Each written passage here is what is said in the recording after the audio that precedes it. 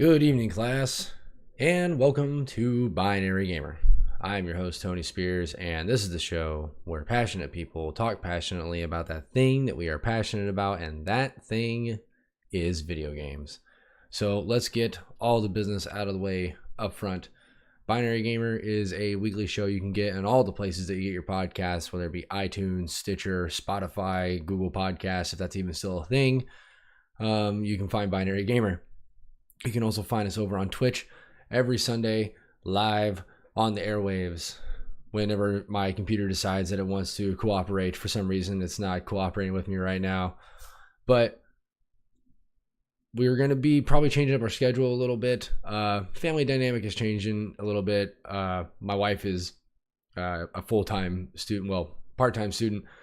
She works and stuff like that, so like school is hectic and things like that. So trying to make things easier for her in the evening time, probably going to end up pushing things back as far as the live show is concerned. But that's fine. We start a little bit later to make sure things are settled here in the household. No big deal. Or, we could start a little bit earlier.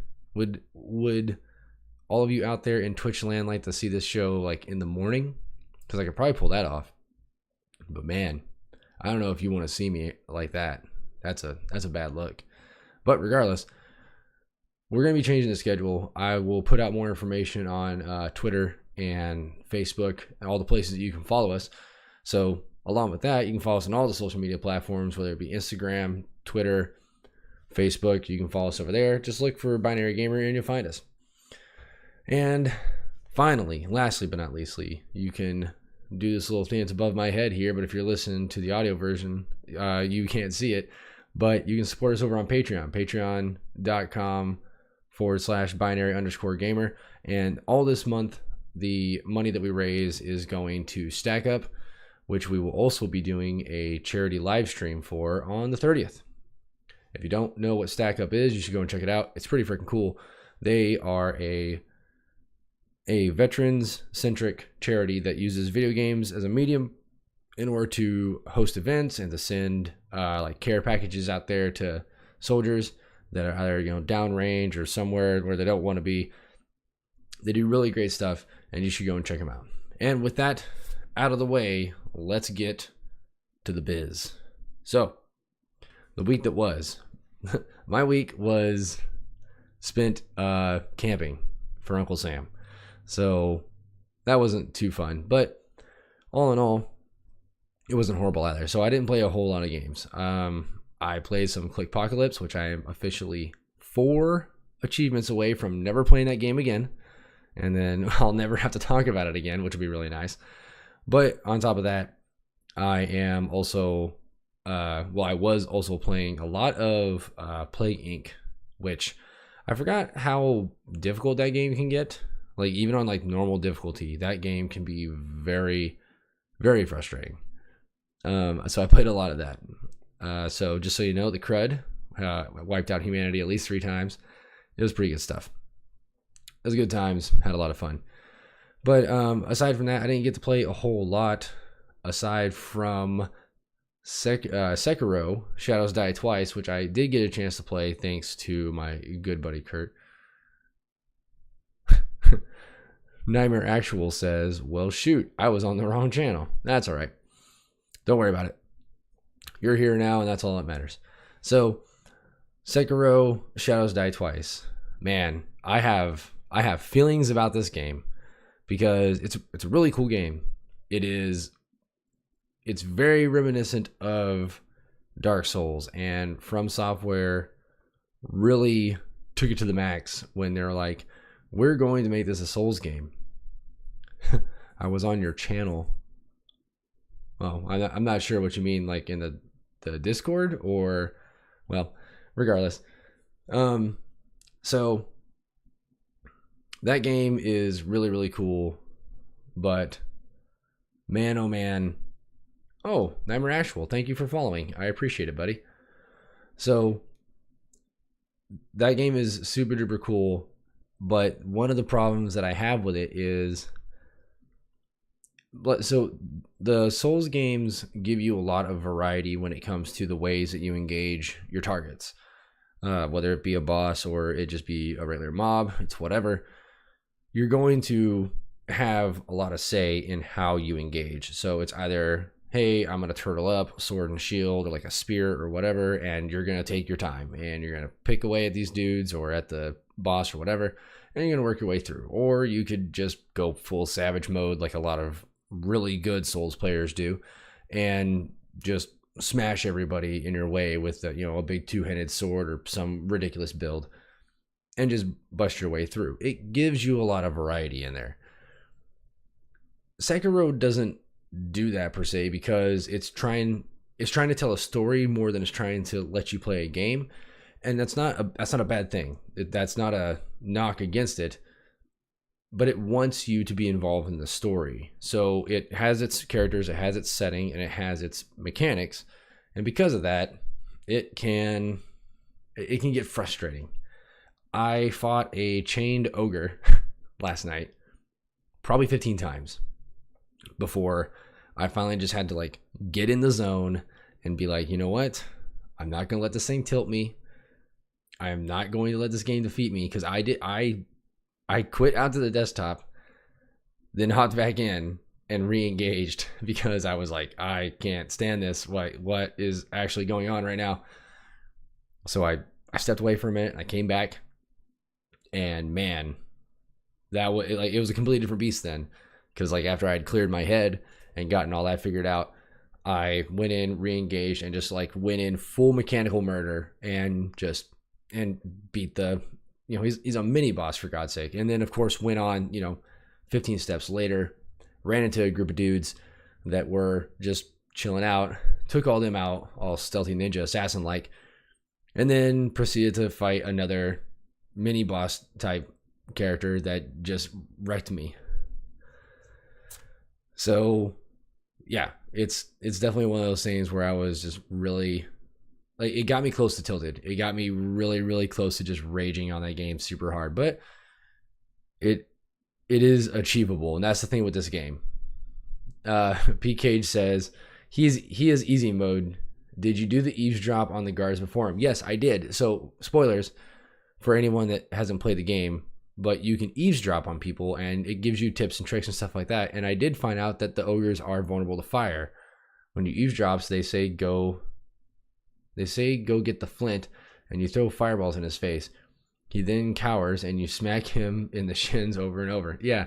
See, I didn't have the flint or anything. Like, I knew he was vulnerable to fire because he's an ogre, and like historically, as far as history tells us, ogres are like trolls and they have a weakness to fire. Everybody knows this, but but yeah, I didn't have that. Like, I hadn't found the flint yet, so I didn't have the tube that lets you spew fire. But that's beside the point. The game is actually the game is playable. The game is beatable. But the thing that you have to remember is that this is not a Tenchu game, and that's what I kept having to tell myself.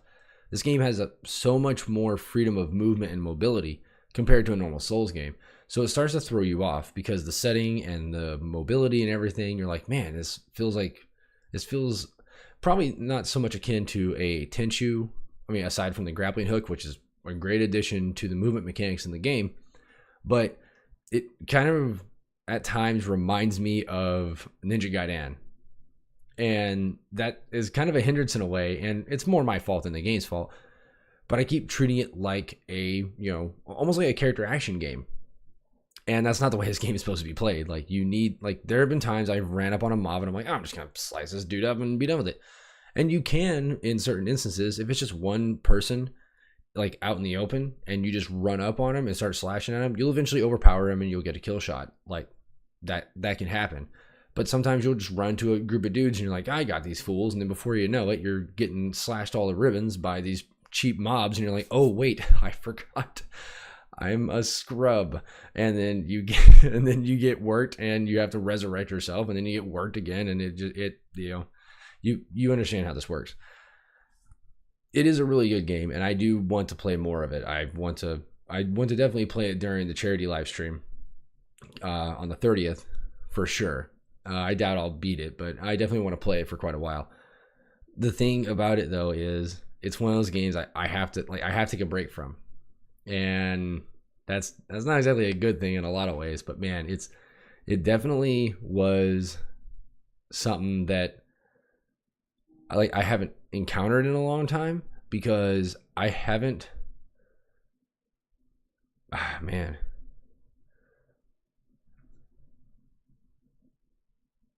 Okay.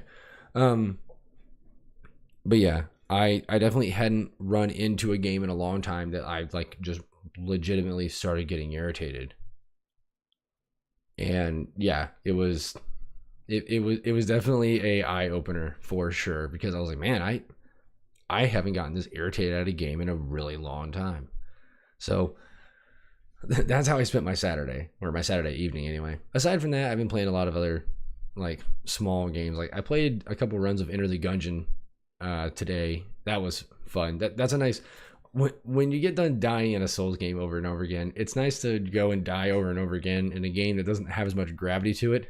So, doing a couple runs in Enter the Gungeon is definitely for me, it's like a palate cleanser. Run-based games are a palate cleanser to me. I don't know why. It's very therapeutic for some reason. Like I can play Enter the Gungeon or Dead Cells, and like I'll go through, and sometimes I'll have a great run and sometimes I'll have a bad run. But those games, they're very cathartic for me, as opposed to a game like Sekiro. Like it felt like every time I would die, I didn't like. There were moments when I would die, and I realized I didn't feel like I was improving, and I didn't feel like I was gaining any ground. So at some point, I was like, man, this game does not really respect my time. At least doesn't feel like it. So that was a little weird, but I got over it, and I will get over it. I just have to keep re-engaging over and over and over again. Catatonic says, I get more frustrated with run-based games than Souls games. It's definitely different for each person. It definitely, I mean, everybody has their flavor that they like.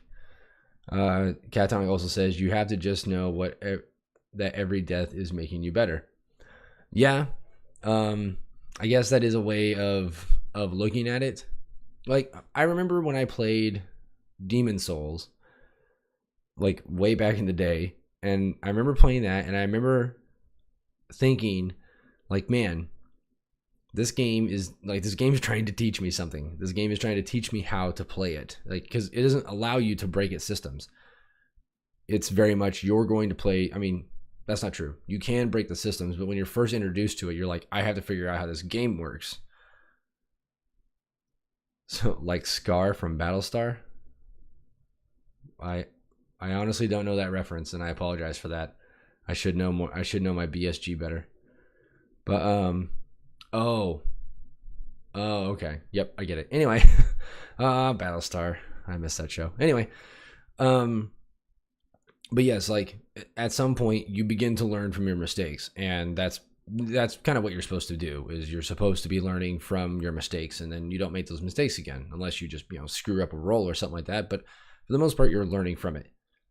In this game, I don't know, like maybe it's because I'd been away from it for so long, from that type of game, that I wasn't in that frame of mind. So maybe that's what it is. Catatonic says the fighter enemy that has died like hundreds of times, so he is super good. No, no,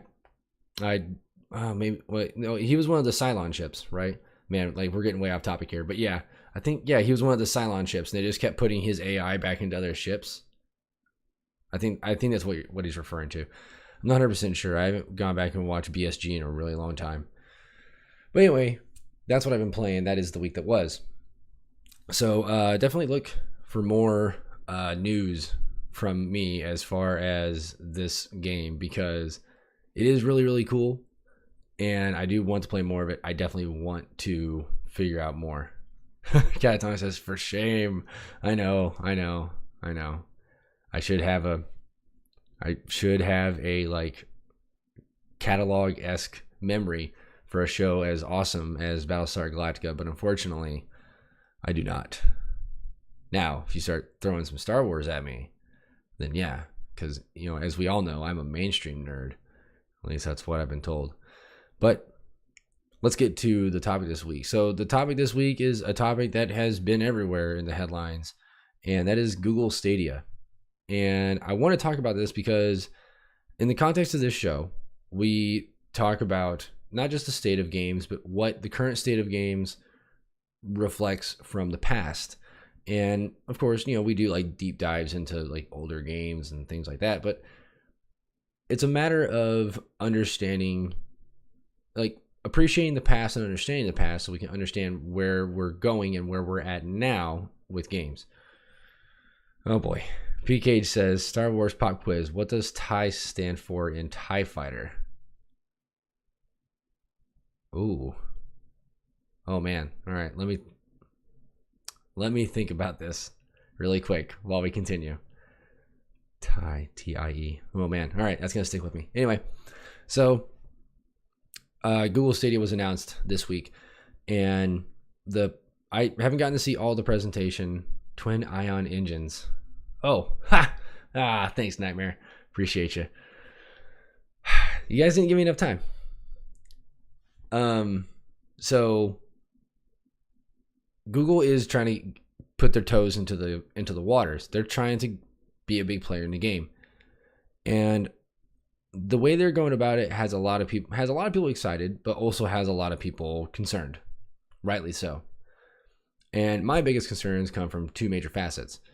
One of them is the preservation side of things, because as we all know, I like old games, and I think that it's important to not only understand and appreciate the history of games, but to also try and preserve that history, because if we don't, eventually it goes away and then it's gone and then we never have it again. And in a medium like video games where the mindset can be, oh, there's thousands or hundreds of thousands of copies of that game or that system or that particular thing out there, I don't have to worry about keeping mine, or I don't have to worry about, this thing going the way of the dodo. That's not going to be a big deal. Someone will have it. That type of mentality is what leads to, things coming up lost forever. And obviously we don't want that. Well, with Google Stadia and the way that they're pitching this idea, the preservation side of it is almost non-existent, because unlike, even other online services such as like Steam or PlayStation Network, Games for Gold, Battle.net, Uplay, whatever it is. Yes, with those games, with those services, you are in a lot of ways, well, actually, if you read the EULA, it's exactly what it is, but you're purchasing the right to play the game. You're not purchasing the game itself. The only way to do that is to have it physically. But a lot of people are moving away from physical distribution of games. And there's a lot of reasons for that, but that's not what we're here to talk about. We're here to talk about why Stadia's stance has me worried with this. And it's because even with things like GOG, Uplay, even the Epic Store, things like that, you get it onto your computer, you have it in a physical, hard and fast location, and you've got it. Now, in the instance that you find out as a consumer later on. So a good example of this would be something like Warframe. Okay, I know I use Warframe for a lot of examples, but that game really does kind of fit into a lot of fit into a lot of round holes when we're talking about certain examples. But like Warframe is a game that lives and dies by its servers. If the servers go down, the game doesn't exist. Now, if tomorrow DE came out and they're like, guys, really sorry, in 24 hours, friggin' Warframe's going away. As soon as the entire Warframe community got done rioting online, people would set to work creating a server and then eventually multiple servers in order to play the game. It's been done with games like throughout history that end up losing support from the actual developers. Star Wars Galaxies, the original runs of games like RuneScape, friggin' PlanetSide, a lot of those have fan-made servers, like community-supported servers. I mean, even like look at Vanilla WoW. Yeah, thank you. PK said Diablo 2. When Blizzard stopped supporting online servers for Diablo 2, community-ran servers became the go-to for those. The same thing can be said for, there's a number of games. Unreal Tournament, like the original Unreal Tournament, freaking Quake 2. Oh my God. Like, I mean, the list goes on. Mag, for God's sake. There is a community ran server for Mag, the massive action game for the PS3. That game is garbage, but for some reason people love it and they made servers for it so people could play it in perpetuity. I think there's like all of 50 people that play that game still, but whatever. Like, they have every right to try and keep that game alive because they love it. Now, with Stadia, that's not a reality. That's not a thing you can pull off. You can't sit here and say, oh, hey, man, by the way, freaking, we want to, play this game that you guys say you're going to stop supporting. Can we get the netcode together and stuff so we can make a server? And Google's going to look at you like you have a question mark tattooed on your face. And they'll be like, I'm sorry, what? And they're just going to go about their business because they have no reason, one, to do that, and no reason, two, to support it if it's not making money. And so even if it's a game that they come out with that they decide that isn't going to make them enough cash and they decide to go separate ways with it, even if there's a rabid fan base that loves it, there's no support for it anymore, poof, it's gone. It's as if it never existed. And that's a scary thing. That's a very scary thing for the future of games.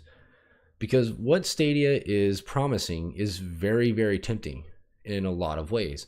It's tempting for developers because it's a promise of more power and more ability than what you can pull off on a console or with, even current PC architecture. Like, there's almost no limitation. When Google's telling you that you're going to have racks on racks on racks of servers, then that's like finding the bottomless gold mine for a lot of game developers. And so you have pushes that way. Catatonic says in the chat, which is going to be all of their games. Calling it now, their games are going to be bad. I mean, it's quite possible that Google's, air quotes here, first party games are going to be trash. It's totally possible. Now, granted, it's not a guarantee. I mean, look at Microsoft. Like, when Microsoft got into the console business, there's no reason they should have been able to pull off a game as good as Halo, even with Bungie. Bungie was a completely untested, like unmetalled developer at the time.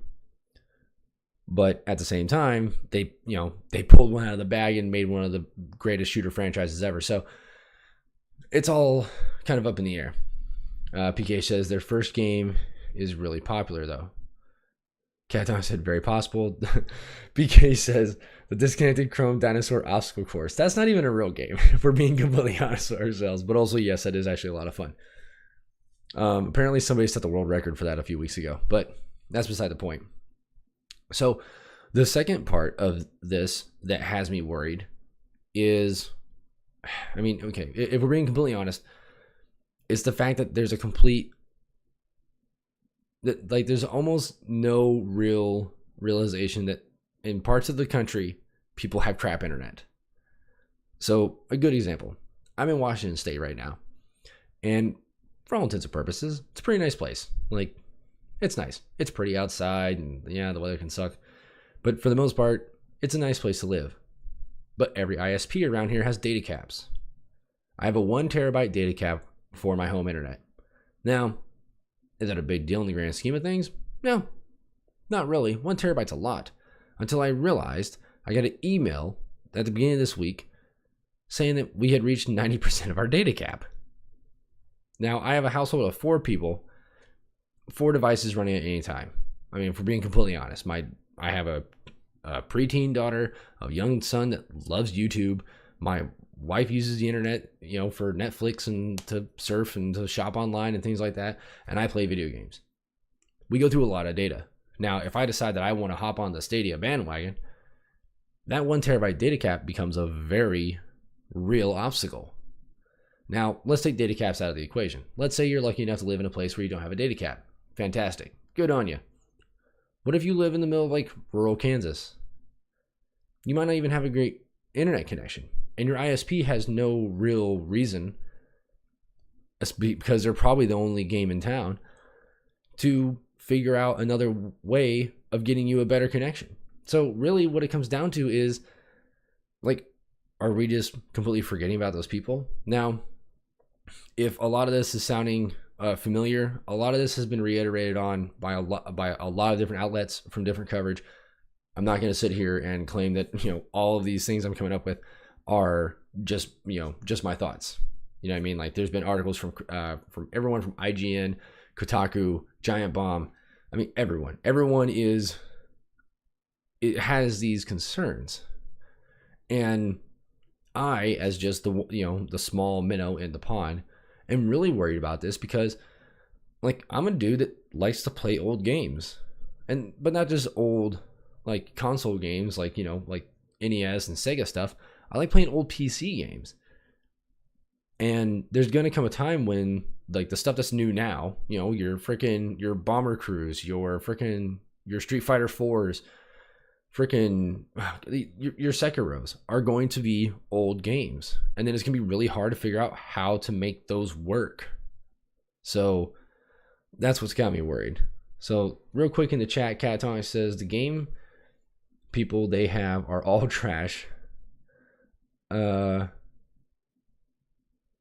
see. Neckbeard. Oh my gosh. Okay. The game people they have are all trash. The white woman in a pantsuit shouldn't be your game developer lead. Neckbeard or it will be terrible. Oh man. That's some broad strokes there. PK says, my opinion is that I think it is a great addition to the living room gaming household. Kids who want to get involved in the competitive side of things will still gravitate towards owning their own consoles, PCs, and games to eliminate things like input lag and gain all the competitive advantages. Chica says, you're more like a dope trout. Never sell yourself short. Aw. Well, I'm still kind of a minnow, but I appreciate the trout reference. Pantsuit lady will never make a game I am genuinely interested in. Mark my words. That's what Catatonic says. All right, man. Hey, look, I'm just saying, maybe she dresses fancy to get herself in the zone. June 1333 says, I have a N64 locked up in my closet with plenty of games for when my 3-year-old is old enough to play and take care of the system. And that's cool. That's great. I have a SNES Classic upstairs that my kids like to play. And it warms my heart that they think Super Mario World is really cool. But at the same time, I was really stupid when I was younger, and I got rid of a lot of my consoles. Like, God, man, that's one of the things. I would go back in time and stop myself from getting rid of my PS1. Oh my God. PK says, did you mod? Oh, did you mod it yet? No, the SNES Classic? No, not yet. I've been debating it. I kind of want to keep it OG, to be honest with you. I know that thing can fit a myriad number of games, and I don't want to get into that right now. That's a whole nother slippery slope to go down. But yes, it is still OG for the time being. But like I said, Stadia has me worried about a lot of things, and this isn't going to be like the end all be all of video games. Video games have come to much greater hurdles than this and succeeded. And to be perfectly honest, I think when we're looking at, like, right now, what we're primarily talking about is the delivery mechanism, right? Like, you think about the earliest games, or at least the earliest games that I can recall, everything was on a cart. And so the cart was your delivery system. All the console was doing was taking the file from the cart and boom, you play. You got your inputs to the controller. Wham, bam, thank you, ma'am. You're playing a game. Then we move on to optical media. The internet comes along. The internet freaking explodes. And then we start going to digital, to more digital delivery systems, right? Your Steams, your GOGs, your Origins, things like that. I think where we're going to stay in a good spot right now. Oh, hi, Ziosh. That's a cool name, by the way. I think where we're going to stay right now, and I think a good place for us to stay right now, is in finding a delivery mechanism. It's important to have a delivery mechanism. Streaming games brings upon so many different hurdles that a lot of the infrastructure is not made for yet. Like right now, if someone said, hey, the Capcom Pro Tour is going to be done all the way like 100% through Stadia, no one would show up. all the online tournaments are going to be like streamed. No one's going to show because input lag would be so freaking bad from place to place and from connection to connection that there's no guarantee on who's going to come out based on skill or just based on dumb luck. So like that's one big thing. Chica says new Xbox One is going to be fully digital. Did I miss your thoughts? Oh no. So yes, the new Xbox One not having a disc drive. I saw this coming. I sort of saw that it was going to be a thing that was going to eventually happen. I mean, the fact that Xbox did it before PlayStation, I mean, honestly, that kind of surprised me more than anything else. But I don't think that's going to be like a real big player in this. Right now, with the way Xbox Live and Games with Gold is going, that's where Microsoft needs to focus their efforts. I think that it'll be popular, but I don't think it's going to be like the primary system they sell. Only because there are tons of people that want to be able to have physical games. And then this also cuts into another bit. I'm going to finish reading off some of the chat here real quick, and then I'll get into that. On a more positive note, 5G speeds for mobile are on the brink of launch. 5G speeds are capable of 1 gigabit wireless download speed. Although the price might be higher for this, it's a reliable source for massive downloads.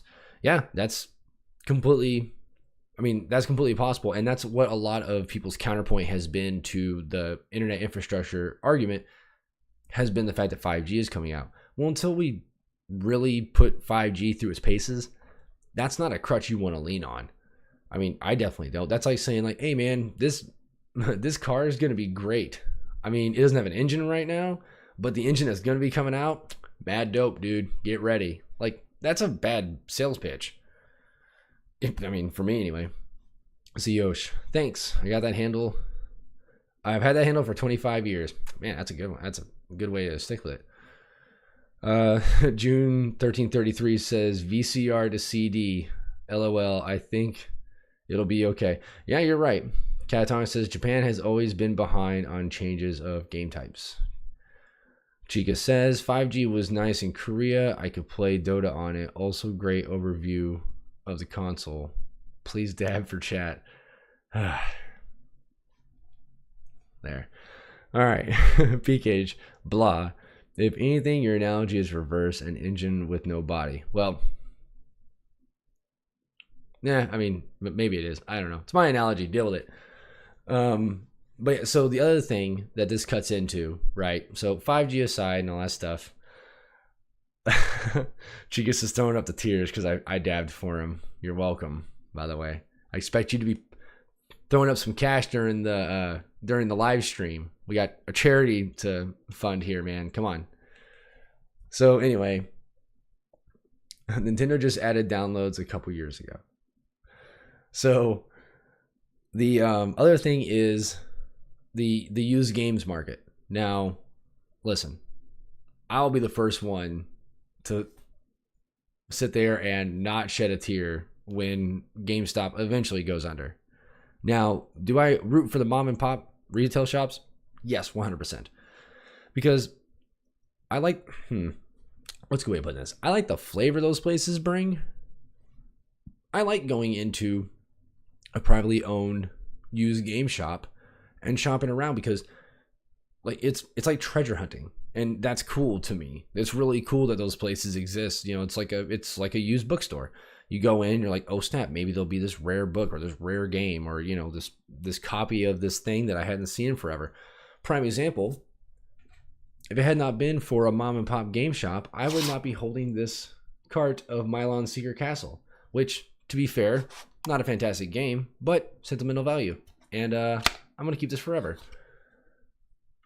Now, the used game market completely goes away in a structure where Stadia is the mainstream. Because now no one is sitting here being like, hey man, we need to freaking, you know, make sure that these games have replay value, or we need to make sure that, you know, if someone decides they want to get rid of this game, that the next person will come along and get it. No, it's just there. It's just there to be pulled down and then eventually played and then forgotten about. And then also think about the developers that have to fight for space in a games market like that. like it almost becomes like the App Store where people are just, oh, Ziosh, thank you for following my friend. I appreciate it. But imagine a games market. Imagine being a developer, a small developer, where you have to compete in a list. Like it's just a list out there, and they're not going to go and announce all these games. Like they're not going to get individual announcements and crap like that. It's not gonna work.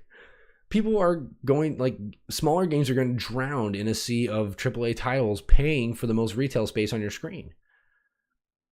I don't know, man. I don't know. Let's read a little bit more from the chat. I will try, even though I'll be driving while it happens. Pepe Hands. Oh yeah, I forgot you're gonna be on the road, man. Don't be trying to watch the stream while you're driving. Maybe listen, but don't watch. PK says, I'm doing my own personal challenge. If I can guess, if he can guess my opening game for the stream, he's gonna donate $5. If he can't guess it, he's gonna donate 10. Thank you, Cage. Appreciate it. He says, not if I steal it. Caton says, My Island Secret Castle is amazing. You shut your mouth. Look, I played through that game. I've beaten it multiple times. It's not an amazing game. It's a good game. It's a solid game. And it is, yeah, a lot of good memories there. Or do collectible games thrive? Games would become more rare. Chica says, but I don't think collector's editions will go away. And then Caton says, but Steam is already like that. And that's true. Like, there are, like, digital special editions of games. And, I mean, like, realistically, if Steam really wanted to, they could 100% do away with places like GameStop and be like, hey, so real quick, if you buy the digital version of this, extreme edition for $100 amount of dollars, throw us your mailing address and we'll send you this freaking statue that you would have gotten a box if you had just gone to freaking GameStop. Like, wham bam, thank you, ma'am. Like, now GameStop becomes just the stop because they stop selling games and just keep selling Funko Pops. My bad, your fault. Okay. Oh, he means no. He said no. I mean the App Store. But there's so many things. I don't want to say that can go wrong, but there's so many things that, while it seems good from the outset, like the idea of Stadia, the idea of a streamed game service makes sense. It's not. I don't think it's a sustainable model. It's not going to be your mainstream model. A lot of people have been trying to achieve the Netflix of video games for a while now, and I think it's a good thought. It's good in theory. But games are different than movies. Well, no, that's not fair to say, because there are people that like to collect movies. There are people that, if they really like a movie, they go out and they buy it. And they want to have it physically, because if it does go away on Netflix one day, and then, all the digital versions of it are gone, they have it on a DVD or a VHS or a Blu-ray, whatever. Regardless, they've got it.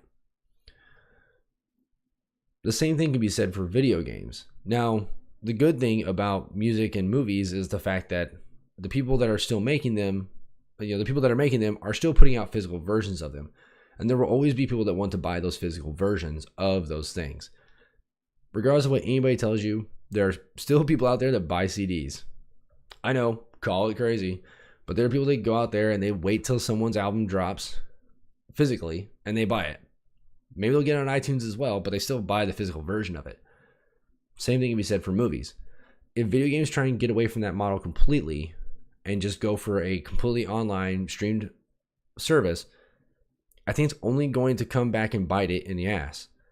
And that, it bums me out to say that, but it's true, because in a lot of instances, you run into a scenario where, like, once it's gone, and then you can't ever get it back. And that's, one, it's not fair to the players. Two, it's not fair to the developers. And three, it's not fair to history.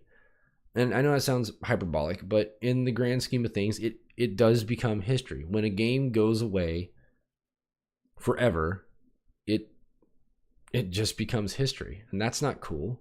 That's not something you should do to a piece of art. No one's like, well, friggin' like Michelangelo's dead, cover up the Sistine Chapel. No, that's not what you do. You have it out there for the world to see. That's just the way that I feel about it. Let's read a little more from the chat about the pre-order stuff or the special editions. Unless you're Bethesda, and then you get a polyester handbag. Yeah, Catatonic says the game needs to be good and it won't get buried. PK says Stadia is communism. It's only good in theory. Catatonic says till you are getting it into fights in the breadlines. PK says, I'd fight Kata for a Diablo 4 statue. Chica says, I'm physically targeted. I buy CDs. That's better audio fidelity in a lot of ways. Let's see. PK says, awesome games done quick. Would like a word with you. Games are not history if they're good. Chica says, I use Tidal in Masterclass Spotify. Is only MP3 quality. He says, I need high res. It's not high res, it's high fidelity. Come on, man.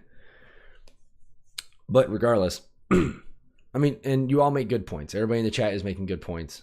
But my big takeaway from this, and the thing that I don't want to keep beating a dead horse, like, is the overall market value of this high? Yes. Could it possibly usher in a new generation of games and new heights that we've never seen before? Yes, 100%. Does it have the potential to backfire horribly when it comes to like preserving games in the long run and preserving the work of the people that make it? Yes, greatly. Also we have to remember as well, and this is a point that I saw in a lot of articles and a lot of different people's opinions, and I agree with a lot, is we have to also remember that this is Google we're talking about.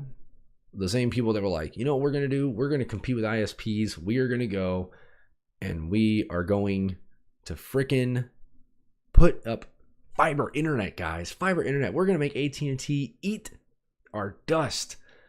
And then they rolled it out and then they killed it. I don't know if any of you checked on your Google Plus accounts lately, but they're dead. Google Fit went the way of the dodo. If it doesn't immediately make money for Google, they kill it. And that's what actually has a lot of people in the preservation side worried about this, is the fact that if Stadia doesn't make money right out the gate, all those games that come out for it, they're just gone. Like, they're dead on arrival. And that sucks. It's not fair. It's not fair to the people that make them. It's not fair to the people that play them. And yeah, Chica says Google Glass, remember? No, not until you mentioned it, because it was gone. Yeah. Man, also AT&T Fiber is in my PC currently. Yeah, and the one good thing that Google did do when they were talking about Google Fiber is it forced a lot of other ISPs to roll out fiber internet, probably prematurely, but it benefited a lot of people, which is good. That's fine. I would love Xfinity to have a fiber option, or maybe just let me pay more so I don't have a data cap. That's the thing I don't understand. It's 2019 and we still have data caps. What am I running out of? Where is this limited cup or bucket or barrel, whatever, this limited silo of data that you have, Xfinity? Please tell me so I can go and I can pour some more data in there for you. God, it boggles my mind. But yeah, so that's me on my soapbox. But it also leads me to ask you, the viewer / listener, what do you think? Does Google Stadia, does that kind of tickle your fancy? Do you think this would be a really good step forward for games? Do you think that the digital delivery system we have now is probably the best version that we're going to get of that? Or do we need to maybe just embrace the future and, go with the flow? Let it become altered carbon and just everything's beamed directly into your eyeballs all the time. I don't know. I personally just kind of stick on the way of the dinosaur, and I'm just like, no, man, I want to stay with this, and I want it to be the way it is. I personally, as someone that grew up as a kid in a time when I had to go and get carts and, CDs and stuff like that, I had to, beg my my aunt or my mom or my uncle or someone to drive me to Walmart so I could go buy a game and then hope that there was a copy of that game there. Coming to a time and place now where I can go on Steam, and if as long as the game exists, as long as the game has been released, I can get it. Or I can go on, Origin, any of these services here. I can go and I can just get my hands on it. I think where we're at now is pretty freaking good, to be perfectly honest with you. But that's just me. So I'm going to finish up reading from what we got in the chat here, and then I think we're going to close this out for the evening. Let's see. Catatonic says, PK says Google Glass was amazing. We just need a new iPhone where Apple replaces your eye with an LED crystal ball. That sounds horrific. No. Let's not do that. Joe says you can remove your data cap for $50 a month or something, which is a ridiculously high price. And Chica says, I can't Prime sub. No, man, I got to become an affiliate, I think, before I can start getting subs and stuff like that. But hey, I've gotten 2 followers just on this episode of the podcast. So, hey, we keep going at this rate, it'll happen. For post-party fun, hang out in Discord with Kata and I. Well, we'll see what happens. And finally, Zoe says, yeah, having moved quite a few times over the years, having my 300 games in Steam, my 300 games in Steam instead of boxes is pretty sweet. Yeah, it is. I mean, and that's another thing about it too, is the fact that regardless of where I go, what computer I get, what hardware I'm rocking, as long as I can log into my Steam account, I have all my games. And that's pretty freaking awesome. So that is going to do it for this episode. Thank you very much for watching. Remember, you can find Binary Gamer in all the places that you get your podcast, whether it be iTunes, Stitcher, Spotify, Google Play Podcasts, which, hey, they might shut that down any day now. Who knows? Regardless, you can listen to Binary Gamer. You can also catch us over on Twitch every Sunday night, which is probably going to become later in the Sunday. But, I mean, we'll see. If we do have any schedule change, it will be posted on the Twitch page, as well as I'll put it out over the various socials of medias. So we'll figure that out. But for right now, let's just stick with 8. We'll say 8:30 Pacific Standard Time. You can also find us over on YouTube. Head to YouTube, search for Binary Gamer, and you can check us out over there. And finally, you can find us over on all the social medias as Binary Gamer, whether it be Instagram, Twitter, Facebook. You can head over there. Remember to subscribe over to those things. Follow over on Instagram and stuff like that. And we will let you know what is going on in the great grand world of Binary Gamer. And finally, the last bit, if you're ready, pal, that one's for you, chicas. The 30th of March, we're going to be going and we're going to be raising money for Stack Up. You all need to come out and check it out. It's going to be awesome. Go to twitch.tv/Binary Gamer. Check us out over there, and we are going to freaking smash it. Our goal right now is $500. $500, and we will be freaking doing some awesome stuff out there for veterans. But if we raise more, even better. It's going to be a great time. I look forward to seeing you all out there. It's going to be a lot of fun. Now, thank you very much for watching. Have an awesome week. Go play some games, kids. Class dismissed.